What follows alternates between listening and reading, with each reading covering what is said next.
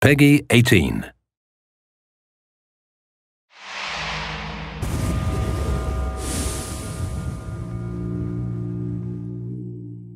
Oh, check these 4 puddles.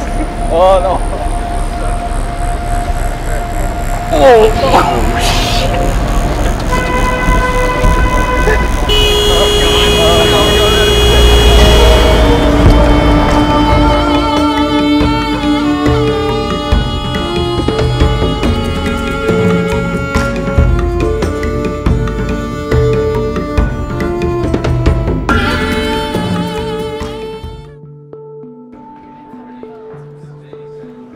Ubisoft had a clear and lofty goal in mind as they built Far Cry 4, create the most authentic gaming experience ever.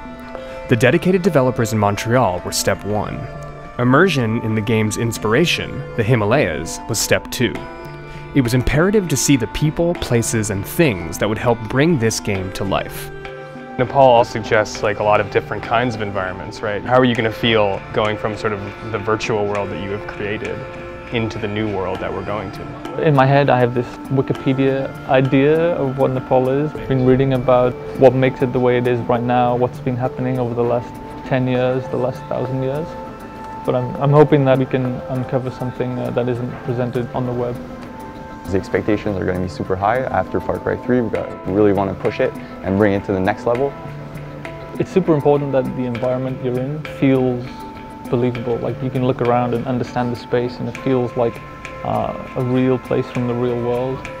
So being able to go to some of those locations is super interesting and super useful, just to see how the ground crunches under your feet and just the tiny little textures like that. And we can try and bring that extra level of authenticity to it.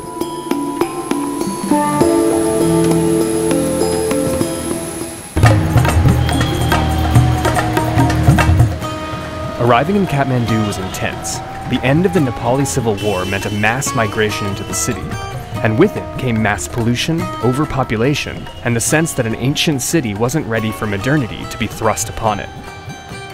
Everyone seemed to be experiencing that sensory overload, too. It's visually super noisy.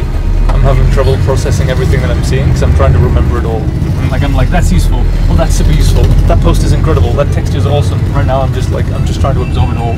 Local rumor had it that an animal sacrifice was going to be happening to appease the gods after the monsoon, or maybe just to appease the gods in general. It was sort of unclear. But Nepal has strong ties to its past, so attending an animal sacrifice is significant in understanding traditional Nepali culture. It was a perfect introduction to the country.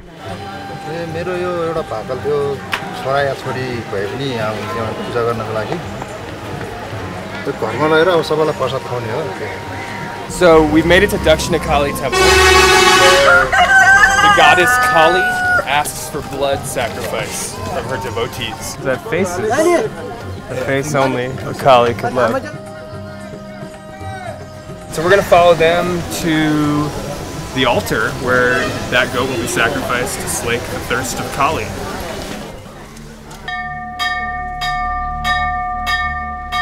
It was certainly a normal cultural moment, but for a second, everything got pretty quiet.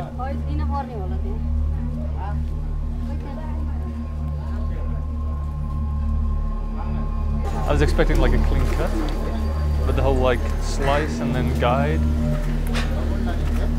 It's been super interesting to get this close to the source material. It's like it's the kind of experience that we can never normally get, and I haven't had working on the game before. I didn't realize the significance of bells, especially around temples and places of worship. In my head before I went, I had this like very stereotypical kind of soundscape of what a place of worship sounded like. I think what we'll end up with is something that's less like a stock movie soundtrack kind of vibe, and we'll capture something that's much more realistic. After a brief foray into animal sacrifice, a small plane was taken to Pokhara, a town famous for both being a gateway to the Himalayan highlands and the home base for Nepal's legendary fighting Gurkha.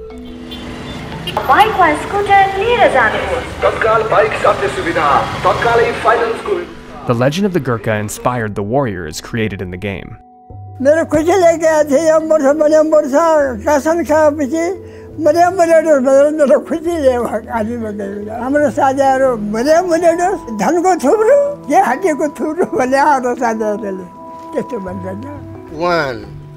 young Gurkhas in training gave a sense of what the challenges and motivations were to join one of the world's most elite fighting forces.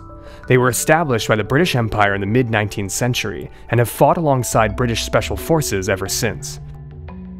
It's often said, if a man says he's not afraid of dying, he's either lying or is a Gurkha. Mark and Phil, you guys studied Gurkhas a lot as you were developing the game, right? Yeah. And so what is it like now actually meeting young dudes who are trying to be Gurkhas? It's interesting to meet the personalities behind that, just to see how dedicated people are to actually achieving that. Like these guys will try year after year after year to get in. The dedication is pretty intense. I have been trying British Army for 4 times, and this is my last time. Gurkhas are very closely associated with the kukri, a curved do-it-all weapon that's been referred to as the Gurkha blade.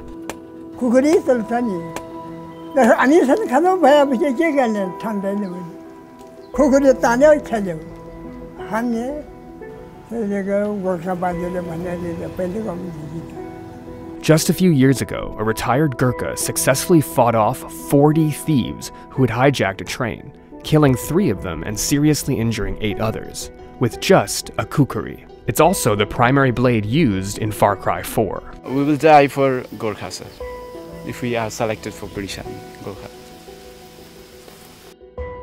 It was becoming apparent that pride came with being a native of the Himalayas. As the journey continued towards the guerrilla trail, the roads were getting narrower and more perilous.